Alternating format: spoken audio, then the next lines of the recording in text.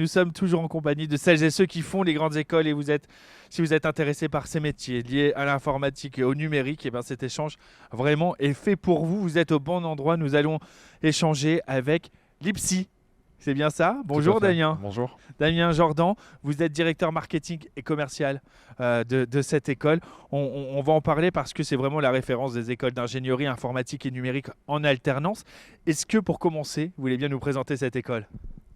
Ouais, en un mot simple, je dirais que c'est l'école de l'audace, puisque c'est ce qu'on cherche auprès de nos étudiants, des étudiants audacieux, qui n'ont pas peur de se tromper, de recommencer, d'apprendre, puisque c'est le principe même de l'informatique. On fait que se tromper tout le temps pour mieux savoir coder et apprendre. C'est une école où on va avoir des expériences de savoir, des expériences internationales, puisqu'on est présent à Toronto, entre autres, et en Île-de-France, sur 3 campus, Marne-la-Vallée, Paris et Saint-Quentin en Yvelines. Euh, voilà, tout simplement. Comment l'informatique est rentrée dans les usages? Parce que c'est incontournable aujourd'hui. Alors, effectivement, l'informatique est présente depuis plus de 20 ans et il le devient de plus en plus tous les jours. Aujourd'hui, tout est data. Je peux avoir des tonnes de données sur vous rien que par cette Du moment que vous ne interview. les partagez pas, tout me va. Non. Mais aujourd'hui, on a des objets connectés, on a énormément de problèmes de cybersécurité.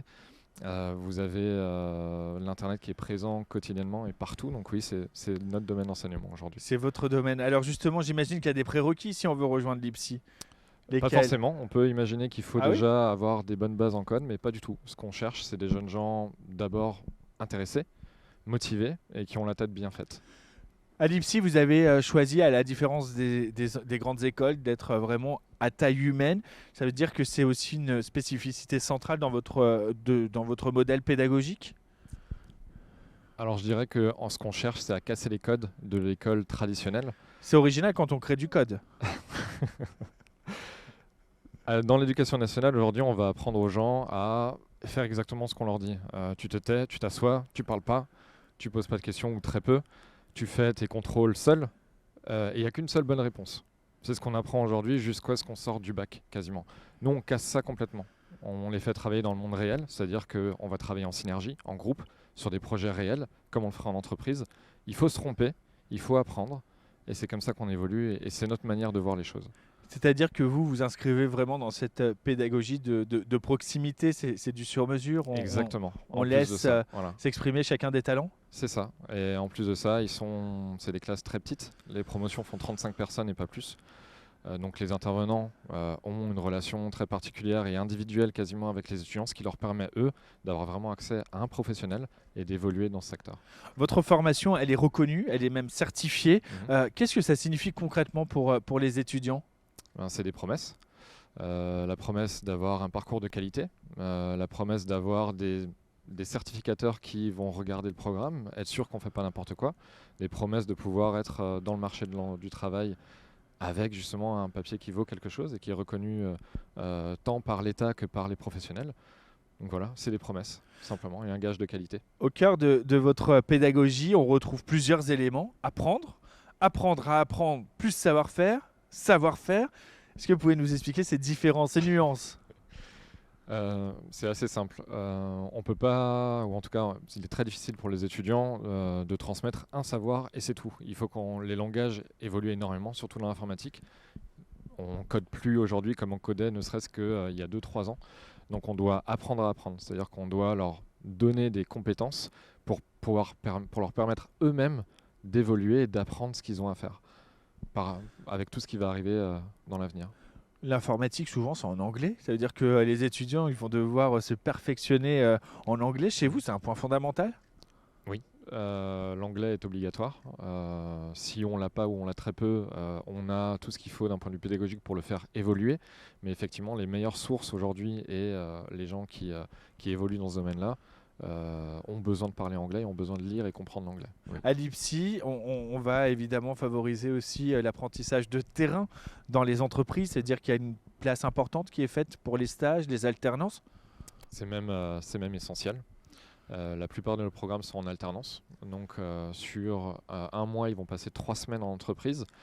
Et à côté de ça, on va énormément les mettre en action sur des projets réels, en équipe. Donc ils sont la somme de leur expérience personnelle par les différents stages, les postes en entreprise qu'ils vont avoir, les projets qu'ils vont travailler, mais ils sont aussi la somme de toutes les expériences de leur promotion, puisqu'ils peuvent dialoguer avec leurs camarades qui ont des problématiques différentes, qui ont trouvé des solutions différentes.